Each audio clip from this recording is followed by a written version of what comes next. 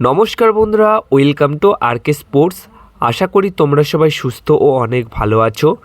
আসন্ন আইএসএল মরশুমের জন্য মোহনবাগান দল তাদের স্কোয়াড কী ঘোষণা করেছে সেটা নিয়ে কিন্তু আজকের এই ভিডিওর মূল বিষয়বস্তু।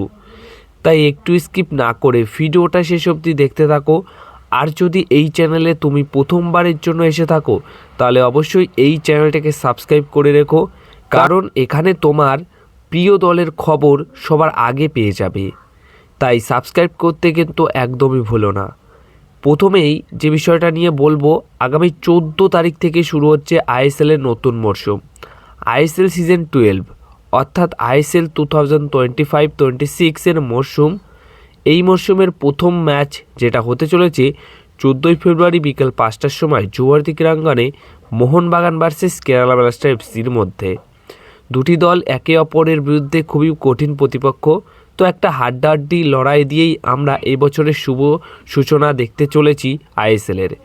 তো দেখো, এই মরশুমের জন্য কোচ সার্জিও লোবেরা কেমন কি কতটা শক্তিশালী দল ঘোষণা করেছে সেটা তোমাদেরকে এবার বলে দিই। তো দেখো, গোলকিপার পজিশনে খুব বেশি পরিবর্তন নেই। ফার্স্ট চয়েস গোলকিপার হিসেবে থাকছেন বিশাল কায়েত এবং সেকেন্ড চয়েস গোলকিপার হিসেবে থাকছেন শাহেদ জাহিদ।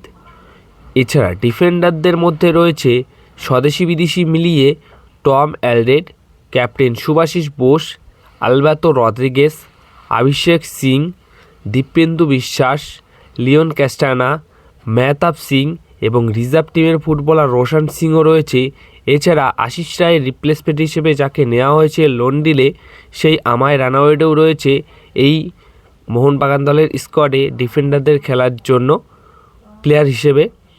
এবার মিডফিল্ডারদের মধ্যে যারা আছে এই স্কোয়াডে, তাদের মধ্যে স্বদেশি এবং বিদেশি মিলিয়ে মোটামুটি মিডফিল্ডারদের মধ্যে স্বদেশি প্লেয়াররাই রয়েছেন, বিদেশি নেই। তো অনিরুদ্ধ থাপা রয়েছে, অভিষেক সূর্যবংশী রয়েছে, সাহাল আব্দুল সামাদ রয়েছে, দীপক টাংরি আছে, গ্লেন মার্টিন্স আছে, লালিংমোয়া রালতে আছে এবং থমসল তংসিংও আছে, যে কিনা রিজার্ভ টিমের ফুটবলার।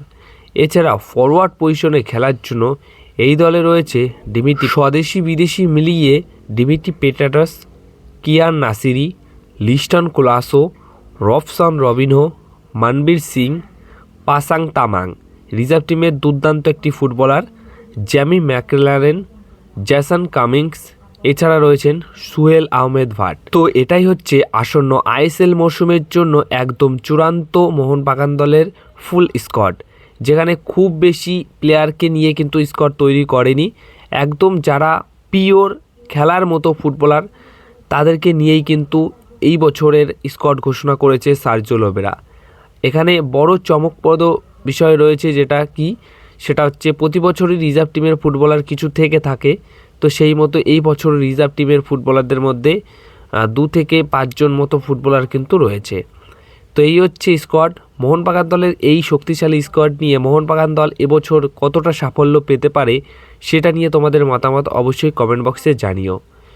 তো আরেকটা প্রশ্ন এই ভিডিওর কমেন্ট বক্সে অবশ্যই সেই প্রশ্নের উত্তর দিও, মোহনবাগান দল কি প্রথম উদ্বোধনী ম্যাচ কেরালা ব্লাস্টার এফসি দলকে হারাতে পারবে, নাকি ম্যাচটা হবে ড্র, নাকি মোহনবাগান দলের বিরুদ্ধে কেরালা ব্লাস্টার এফসি দল জিতে নিতে পারে প্রথম উদ্বোধনী ম্যাচ? এই বিষয় নিয়ে তোমাদের কি মতামত সেটা অবশ্যই কমেন্ট বক্সে জানিও।